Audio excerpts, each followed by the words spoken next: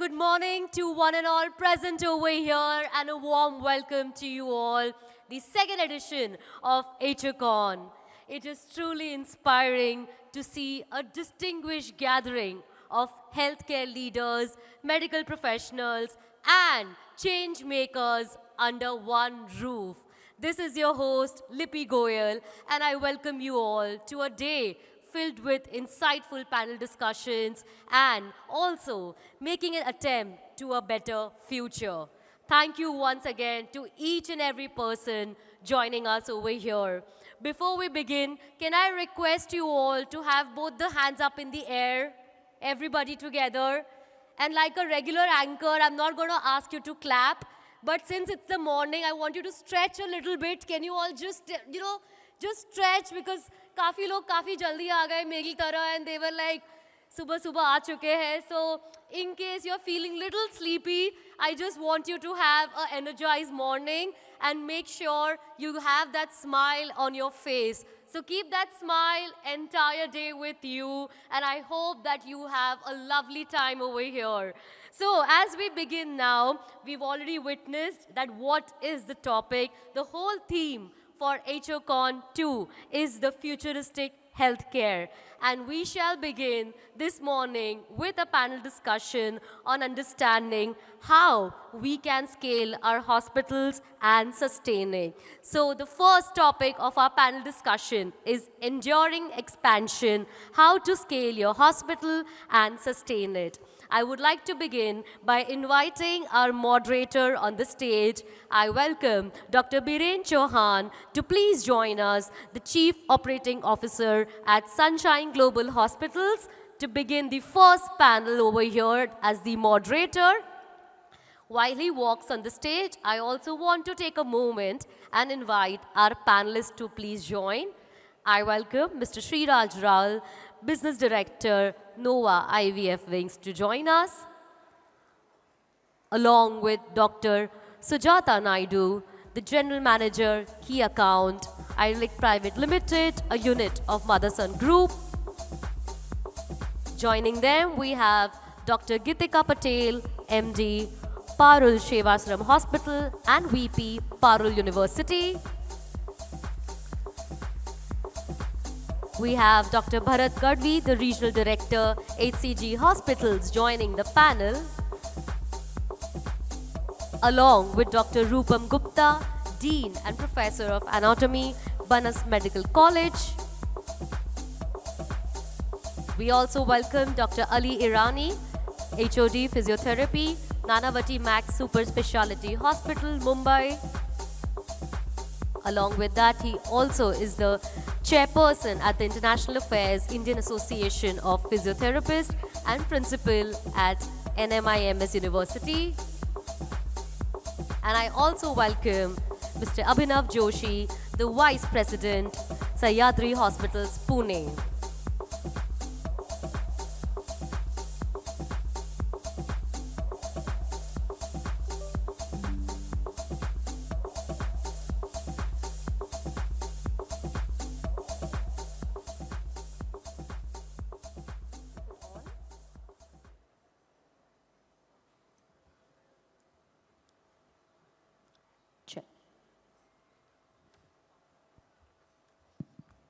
All right, so we have our first set of panelists over here along with the moderators, and can we give them an energizing applause, everybody, as we begin the morning with the first panel discussion. Over to you. Good morning, everyone. So first panel, I think easiest one and the difficult one, right? And I welcome all the co-panelists. The time is ticking, we have almost 45 minutes. And before we begin the panel discussion, can anybody tell how many Ayushman beneficiaries are there in India as of now? Can anyone have a guess? 5 crore? More than 60. Okay. So as on the morning, there are 42 crore Ayushman beneficiaries in India. And you know how many IP admissions have happened under Ayushman? It is more than 9 crore. What is the claim size? or claims authorized and approved 1.27 lakh crore. So that is a staggering volume. And I think we all agree that Ayushman is going to stay. We are into very interesting times. Healthcare, as yesterday we all were interacting, it is undergoing tremendous transformation. Yesterday only there are new CGHS rates came into picture. And after 11 years of gap, Dr. Gyaniji is here. Tireless, untiring efforts and led to new CGHS rates coming into the picture. Now we all are studying whether those rates are respectable or not. That is a different set of questions. The point here I want to say is that at a buyer side, at a provider side, and at the payer side, I think IRDA-driven, GIC-driven transformation is happening. NHCX is happening. ABDM is a new reality. Ayushman is already lived its life around 7 years, and it is going to be there. So for providers, these are the challenging times at the same time. We have seen in different states, different cities, hospitals are finding challenges. At the same time, we all are finding some newer opportunities also. Private equity investment is on the rise. It is highest ever in India at this particular moment. So how these uncertain or challenging times will unfold over a period of time, and how we can endure and sustain our hospital operations. So that will be the talk for today's panel discussion. And let me begin with the first question. How can we scale, sustain, and operate the hospitals with different ownership models? So my first question is to Dr. Bharat Gadhvi and Dr. Abhinav. If you can throw some lights that how does the approach to scaling or operating differ between the single owner nursing homes, group of doctors driven hospitals, or let's say the corporate hospitals? So Dr. Gadhvi, please. Thank you, Biren. So everything is about the ownership DNA. Single owner doctor hospital or single owner hospital, the decision making is quick, agile, and there are no layers of approvals required. So it is always easy to order equipments, easy to scale up. However, I believe that since it's a single owner, the problem is related to the systems that they might not have set in. If you talk about the group of doctors own hospitals, there is definitely a clinical credibility. The patients trust the doctors who have invested in the hospitals. And the problems are usually the alignment. There's different specialties of doctors coming together can have problems related to investment strategies. So alignment is an issue here. And corporate, the strength of the corporate hospitals are they have capital, they have systems, they have a branding strength. However, the issue is about the culture. The patients and doctors don't connect with the name of the corporate, or they are not able to build that trust. So single owner, definitely the trust is high. The group of doctors issues are with alignment, and the corporate hospitals, there is an issue related to the culture. We have certain examples. We have seen how scalability has affected if an individual doctor tries to grow when there are no systems, no governance. So there are challenges. Same way, a group of doctors, because of the alignment issues, though they have a credibility, they have trust in the patients, the growth becomes a challenge if they do not have a professional governance mechanism. And corporate, of course, we know that they can scale easily in multiple cities because they have systems, they have capital, they have brand. But the connect with the doctor. So the solution can be connecting with the local doctor, like what we have done. HCG has grown in that way that we have tied up with local doctors, and that builds that trust. So a combo of everything is the best way to go forward. Hello. Thank you, Dr. Biren. So, as far as Dr. Gadhvi sir has mentioned, the advantages and disadvantages of single owner hospital as well as the group of doctors and a corporate hospital. So first and foremost, the most important factor in any of the hospital is for the growth is communication, patient safety, and the technology power. First, and when we talk about a single owner hospital, the advantages are the organization is well established in a particular area, the trust of the society is quite high, and the whole organization runs with a person-centric approach around every operations and processes. While coming back to a group of doctors running the hospital, first and foremost is the talent acquisition is quite high. Second important thing is the ownership model. The doctors, they are well established. The market penetration is quite high, and running the hospital and with a proper profitability will be quite high. Comparing with a corporate run hospital, there is a quite good demarcation of division of labor. It's more a business-centric approach, as well as when we talk about the technology aspects, it's quite high. But the disadvantages of corporate running hospital is it's a big ship. It's like a Titanic moving a big ship. Decision power is quite, it takes time for coming to a proper decision. Second is sustainability of people who are working in this organization. So major tenure is around 5 to 6 years, not more than 2 to 3 years also. So people change a lot. So doctor connect, the society, community connect, and the culture of the organization is not sustainable. When coming to a group of doctors running a hospital, what happens when it's really difficult, I think everybody agrees with me, keeping intelligent people together is the most difficult task. So all the doctors, keeping doctors together with a one particular centric approach, it's quite difficult. There is a slight confusion in the organization because there are different kind of doctors, they have different systems and processes. People have to get aligned with every person in a different manner. So that is one. Last but not the least, when it is a legacy hospital, a single owner hospital, the adaptability to change is quite difficult.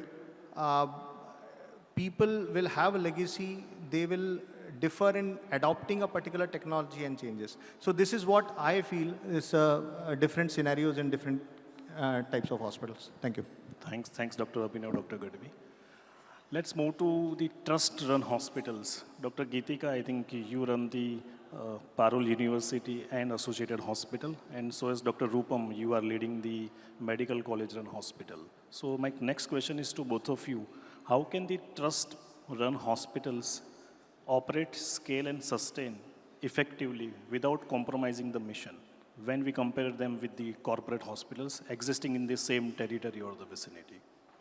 Thank you, Biren, for that question. First of all, let me congratulate the organizers for organizing this so wonderfully.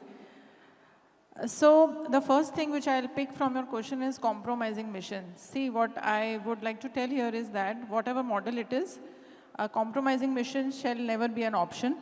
And, it should be independent of whatever revenues or whatever model you have.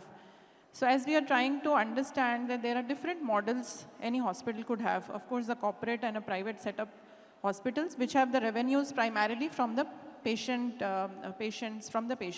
The trust-run hospitals could have the revenues primarily coming from the donations. And there is another set of hospitals, which is the teaching hospitals, from where I come from, which are huge teaching hospitals for which the revenue is usually from the fees of the students, especially when it is a private hospital. So what I believe is that every model is unique, every system is different.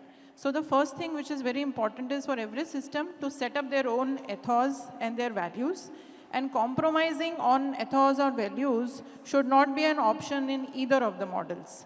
So what is most important, I believe, is to study and to understand your own data, first of all, and to develop your own models.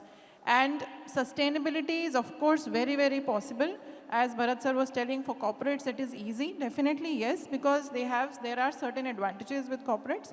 However, it is not difficult or it is not impossible for the other systems also, once you understand and you develop your models well.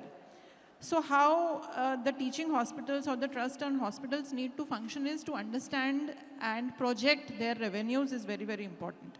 Sometimes what happens is we exceed on the expenditures, and then we realize and we try to find ways for increasing our revenues, which is not sustainable.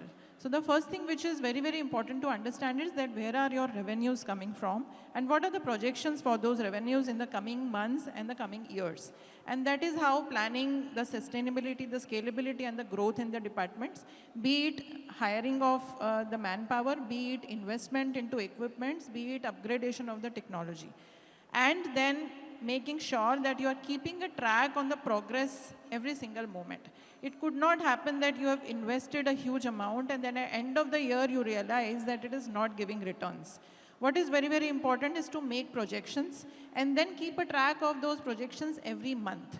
Once you see that some of the departments are exceeding the projected budget, then we need to take calls right in the next months. We could not sit for a year and wait for the audit reports to come and then realize that we have overshot with say 5 crores or 10 crores. So how we do it is usually we create heads. For example, there is a head of surgicals, there is a head of laboratory consumables, there is a head of HR, and we see that what are our projections for the coming years. If any month we are exceeding the projections, we sit and analyze that why this has happened. And when you start analyzing your data very consciously and deeply, then it gives you all the answers to it. And then there could be precautionary, there could be corrective measures that could be taken in the coming time. So scaling up is definitely possible if you do analyze your data wisely, if you set up the correct plan into place. Now what I mean here is, it's very important, you could be having in mind that I want to set up this new department and invest 20 crores into it. However, it's very important to have the appropriate patient base for it, the geography around your hospital which is ready for it, and the appropriate doctors who are ready to partner you on this. Just a vision of setting up something might not work if you do not have the ecosystem into place. So involving your doctors, involving your core team into any futuristic or any prospective plan is extremely crucial. Developing a proper strategy around it and then keeping innovating to make it work. Using the appropriate technology, of course, to making it work. Once you have made the planning with an appropriate strategy, it is not difficult to make something happen and scale it up. So involving the doctors, involving the core teams, involving, of course, the administration team to make sure that whatever we are planning for the scalability happens, and we make it happen by continuously innovating on it is the key. And of course, scalability, sustainability is not impossible for any model. Thank you.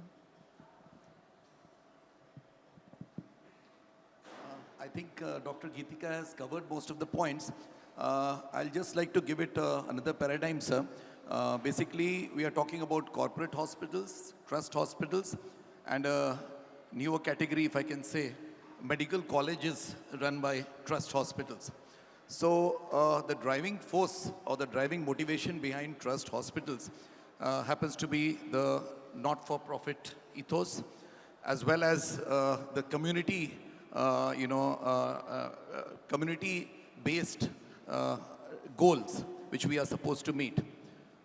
Basically, to deal with this not-for-profit, mechanism, it becomes really difficult because we trust hospitals mostly thrive on donations, and these are not very regular.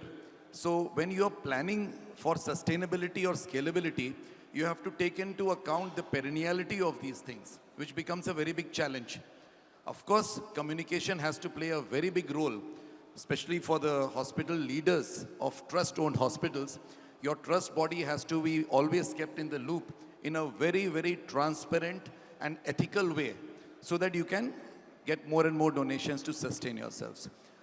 It is a different ballgame altogether because in corporate hospitals where you have your IRR based on 5 to 7 years, here you can't predict something like that. Yes, all the different techniques, tools, models for, let's say, lean management, for cost cutting we have to do all that. And of course, the greatest example of Arvind Eye Hospitals, what we always teach, trust hospitals normally try to follow those norms. And in between now, the newer category, as I mentioned, of medical colleges, whether run by corporates, companies, or trust. Medical colleges, the roadmap is already set. As far as the scalability is concerned, for medical colleges in India, the National Medical Commission has clearly defined you go from the UG level to the PG level to the super post-graduation level. So the scalability roadmap is already given. The standard protocols, the minimum standard regulations are also spelled out. So scalability roadmap is very much already planned for you. But that doesn't mean that you have to stick to it. There is a lot of scope for experimentation as far as the scalability of medical colleges are concerned. You can add on partnerships. You can add on hub and spoke model. As we are all aware, the present government's vision is to have a medical college in all the districts of India. So this is a very welcome move, because once the teaching angle, the evidence-based angle comes to the hospital, the trust of the people is also developed accordingly. So even for the trust hospitals which are not teaching hospitals, they can also very well incorporate this evidence-based system by including DNBs and other fellowships in their programs. This is a good way to scale up. Regarding the financial aspects of it, of course, for medical colleges run by trusts, a very welcome thing is the fee which comes in. And as we decide to scale up from UG level to MDMS level to MCH DM level, the fees also proportionately helps us out in this whole journey.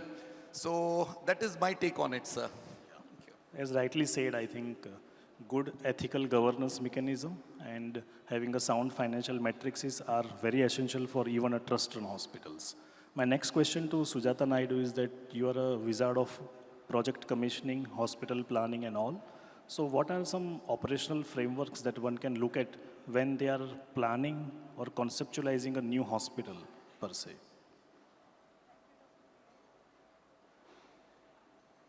Thank you, Dr. Biren.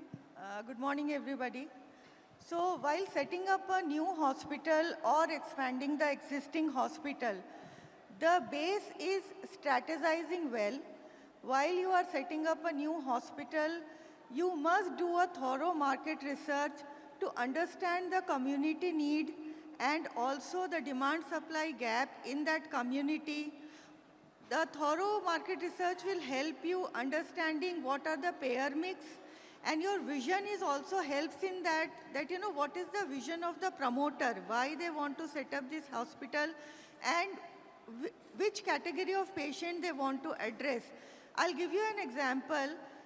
I work for a hospital that is a very new hospital, and the entire community was dependent on Ayushman Bharat card, but that is a corporate hospital, and because they have not built that hospital for the panel patient and they have not taken Ayushman Bharat, so all the patients which are coming to that hospital, they wanted the services but they could not afford, and eventually there was no OPIP conversion. So understanding the payer mix and the need of your community is very, very critical while you are planning to set up a hospital.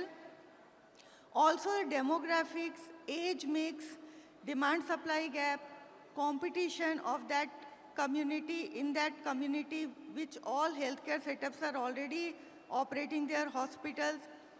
That is very important. And it will make the basis of your entire medical services planning. Don't go by having all the, in a multi-specialty hospital, don't go by having all the specialties together. Create 2-3 center of excellence and go phase-wise. The upgradation of services should also be phase-wise. Maybe after 3 years, after 5 years, after 10 years, you plan like that. Once you will do the medical services planning, then comes the technology planning. For technology planning also, like I know a very good brand hospital in a very good city, they go for a cancer service, but they have medical oncologists, they have surgical oncologists, but they don't have radiation facility. So obviously cancer patient will not come to a hospital where there is no comprehensive cancer care facilities available. So keeping all this in mind, the technology planning should be like that. And don't shy away from having very good latest futuristic technologies. It will always pay off. Having very good technology in your hospital, you will always stand out, and sustainability will be more with any hospital, small or big, with good technology, because it will help you in providing precision medicine, good patient care, and for patient safety also. Accordingly, you will make your staffing plan, phase-wise staffing plan. Roles and responsibility should be clear.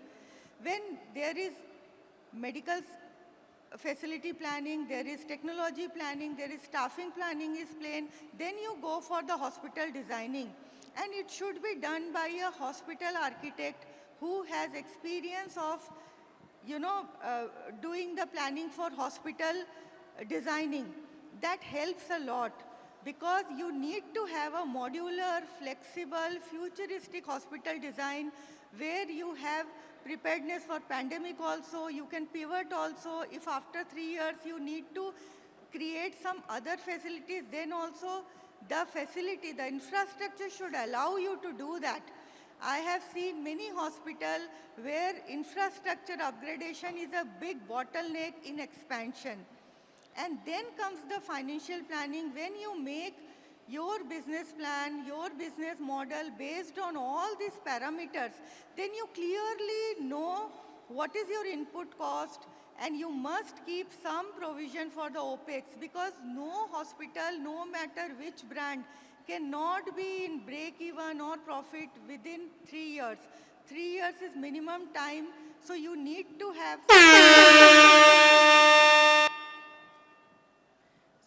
you need to sustain during those periods, so you need to have those funding with you to run the operation smoothly. So I will say that, a good strategic planning, a clear vision, and understanding your community need is basis for your expansion sustainability. Thank you. Thanks. My next question is to Dr. Shriraj. Since you run a very super niche area, how can new hospitals leverage the technology to effectively run their operations and gain the strategic competitive advantage in their local market? Thank you, Doctor. When we look at growth drivers, we have to look at it in two perspectives. One is, of course, the patient outcomes, and the second is the commercial outcomes.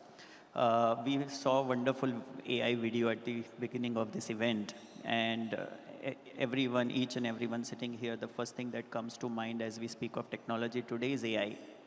AI is assisting each and everyone, may that be a common man to a super specialist doctor, in making the right choices in diagnosis, in patient outcomes. For example, Nova IVF today, across its 125 centers, we have partnered with Kai Health to help us select the right embryo for implantation, which will reduce the time to pregnancy interval. Similarly, these kind of advances have also happened in radiology, in gastroenterology, in cardiology, wherein the patient outcomes are being impacted successfully and in positive manner. Coming to the commercial aspect, operations combines both the clinical as well as the commercial aspect. Commercially, again, understanding the trends, understanding the needs of the customer, making sure that, you have patient success models in your hospital, in your chain of clinics, which make sure that, you are able to deliver what a patient is looking at the time the patient walks in. So these are few things that technology can help in helping you define. At a broader, we have heard from Dr. Gadhvi sir, Geetika madam about corporate hospitals versus trust versus single doctor-owned hospitals. At all these junctures, I'm pretty certain that technology is creating a lot of difference and will continue to do so. Thanks. Next question is to Dr. Irani. I think you have done some fantastic work with reference to physiotherapy, which is often a neglected area in a hospital. How you have transformed that department? What are your practical learning lessons? And can you share some success stories? Thank you, Healthcare Outlook Conclave, for a beautiful day for us. Thank you, all the colleagues here. Thank you for all of you coming here, and that means you're not bothered about the healthcare. I've studied in Gujarat when there was only one physiotherapy college in whole of Gujarat. That was Baroda MS University. Today, Gujarat has more than 100 colleges. So it shows the demand. We have more than 8,000 physiotherapists only in USA, and half of them from Gujarat. So just to explain you all, every hospital, whether it's going to be a corporate hospital, whether it's going to be a government hospital or a trust hospital, the department of physiotherapy is one of the boon for the people. I believe that physiotherapy is from womb to tomb. When a mother is pregnant, a physiotherapist can give prenatal exercises for a safer delivery and a normal delivery. Then after the delivery, most of the ladies, once they have delivered, their pelvic floor muscles are bombarded. Again, the pelvic floor started from Ahmedabad, and we had hid this, who came from USA and brought it to India. So we are into pelvic floor exercises for the woman. As the child grows, if they have autism, if they have got cerebral palsy, again, it's physiotherapy needed. And as we grow, we have more than 85% of people having neck problem. So if you have not realized, if you take your chin forward, there is no pain. But when you take it back, if there is pain, so we have neck problem with the mobiles, television, a sleeping habit. So pain of neck is one of the problems. Again, it's a mechanical problem, so we treat it by a physiotherapist. All the surgeries that happen, if all the orthopedic surgeons sitting here must be knowing, a knee surgery used to take 2 to 3 weeks to come out of the hospital. Today, total knee replacement goes home on the 3rd day morning, climbing steps. 30 years back, people had to go to Houston, to USA to do a knee replacement, come back after 1 month. But today, 1 day, both the knees done, 3rd day morning, the patient walks home.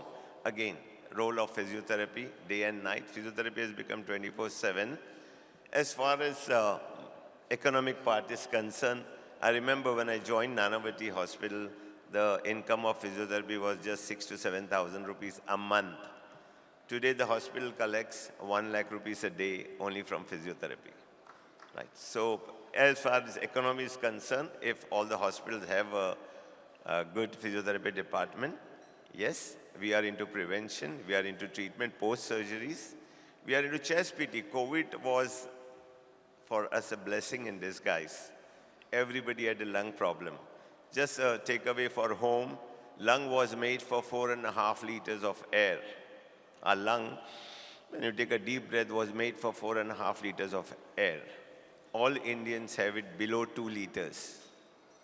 No, only unless you are doing pranayam or you are a marathon runner, you don't have a vital capacity of 4 liters. So here is where physiotherapy come and increases your vital capacity, right? And I blame the government. Maybe there is no taxation of breathing in India. The day taxation comes, then we will be doing a deep breathing and we say, paisa vasool karega. We are paying for breathing. We need to breathe, learn breathing. Again, all breathing techniques are shown by a physiotherapist from the day when the patient gets admitted. So I feel as far as the patient healthcare is concerned, the wellness is concerned, the better life is concerned, as we age, during our independence, the average life of Indian was 48 years. Today it has gone to 70 years. We want to live 100 years. We all want to make a century. But we should have good quadriceps muscle, good muscles, good range of movement. So again, here is the role of a physiotherapy coming in, and I'm sure most of you all must have been to a physiotherapist or know the value of what physiotherapy could do. So to all my hospital owners and CEOs of the hospital, every hospital I feel should have a good physiotherapy department, and a lot of work could be done in prevention, in treatment, and the wellness of the patient. Thank you. Thank you, Dr. Irani. I got a couple of calls from the organizer that we have to wrap it up. We won't be able to take questions, but at the concluding, I just want to say that whether you are a small-scale hospitals, a trust-run hospitals, or a corporate hospitals, wherever you are operating in India, I think the yesterday's benchmark and tools will not be of any use for the tomorrow's healthcare future. And we are undergoing tremendous transformation. The new model for Indian healthcare system will come from the budding administrators like you who are sitting in the audience, and India has a very bright future. What it will be like, I remember my alma mater's tagline of Tata Institute, reimagining the future. So I think we all have to reimagining the future of healthcare together, and so that ultimately it will benefit the Indian citizens to improve their quality of life through good health. Thank you, everyone. Thank you. Thank you. Thank you. Thank you so much to our panelist and our moderator. I would request you to be with us for 2 more minutes. We would like to take a moment and present a token of gratitude to you all. I request and now invite Mr. Jagat Trivedi, the director at Lab, to please join us on the stage.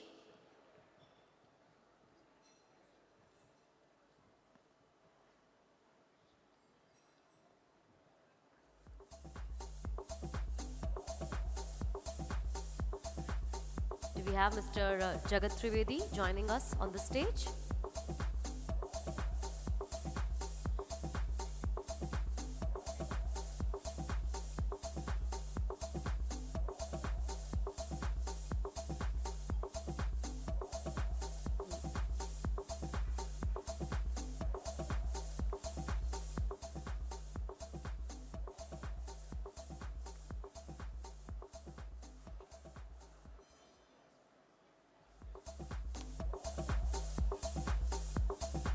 I believe he'll be joining us in few minutes. Meanwhile, I request and welcome Deepika Goenka to please join us, the director at Secure Ingress, to please join and present the token of gratitude.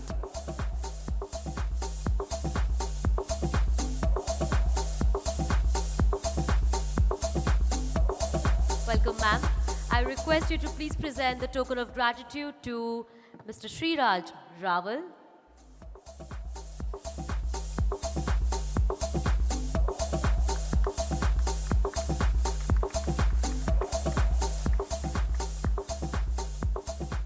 Dr. Sujata Naidu, I would request you to present a token of gratitude to Dr. Sujata Naidu.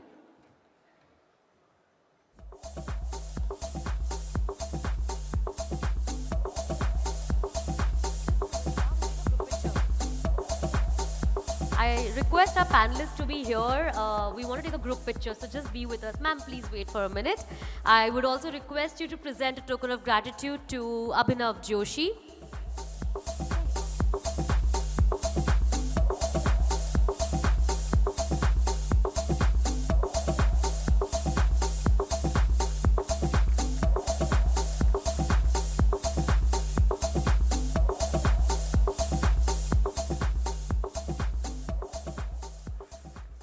Thank you so much. And to present the token of gratitude to our panelists, I would like to now invite on stage, I welcome Mr. Nilesh Shah and Darshan Dave to please join us, the directors at Vision HVAC.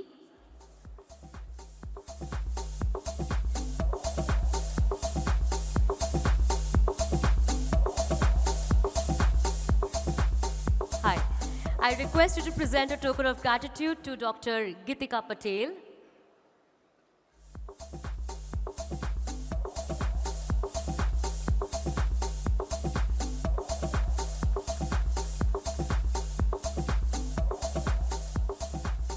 I request you to present the token of gratitude to Dr. Bharat Gadhvi.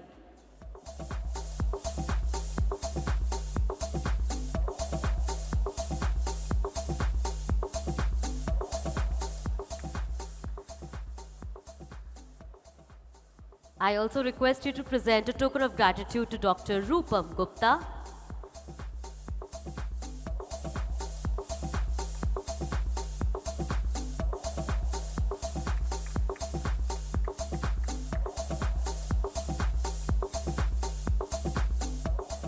I request you to present a token of gratitude to Dr. Ali Irani.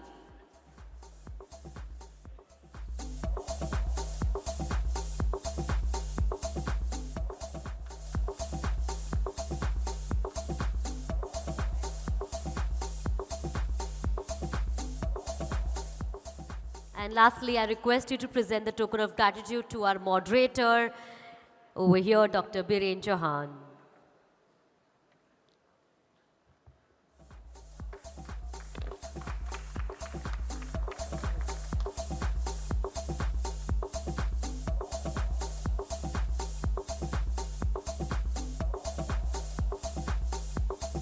Thank you to our presenters, and I request you all to come together a step forward in the center, and let's have a picture over here, being the first panelist over here and the moderator as we officially begin the second edition of HOCON.